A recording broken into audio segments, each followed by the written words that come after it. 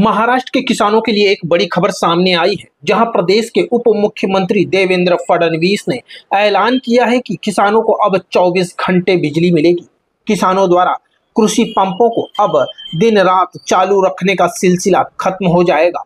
किसानों को दिन में 3 फेज बिजली नहीं मिलती है, इसलिए उन्हें रात में खेत में पानी देने जाना पड़ता है।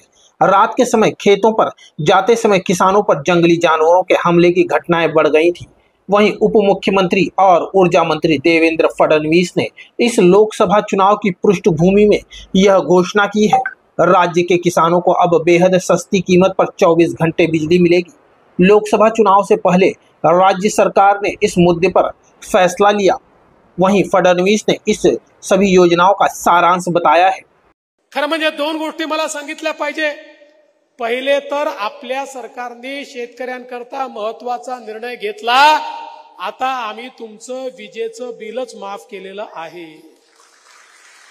कोणत्याही शेतकऱ्याला विजेचं बिल भरावं लागणार नाही। आणि सोबत दुसरं काय केलंय? सोबत दुसरं आम्ही सौर कृषी वाहिनीची योजना आणली।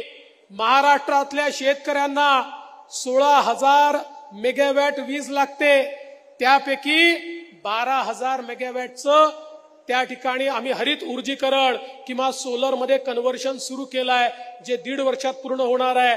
उलट 4,000चं आता काम अजून चालू करतोय। 2 वर्षानंतर शेतकऱ्यांच्या शेतात जाणारा विजेचा युनिट आणि युनिट हा सोलरचा असणार आहे। त्यामुळे शेतकऱ्यांना 365 दिवस दिवसा वीज आम्ही देऊ, त्यांना रात्रीच्या विजेची आवश्यकता पडणार नाही। म्हणजे विजेचं बिलही नाही आणि 24 तास तुम्हाला वीज त्या ठिकाणी देण्याचं काम आपलं महायुतीचं सरकार या ठिकाणी करताय।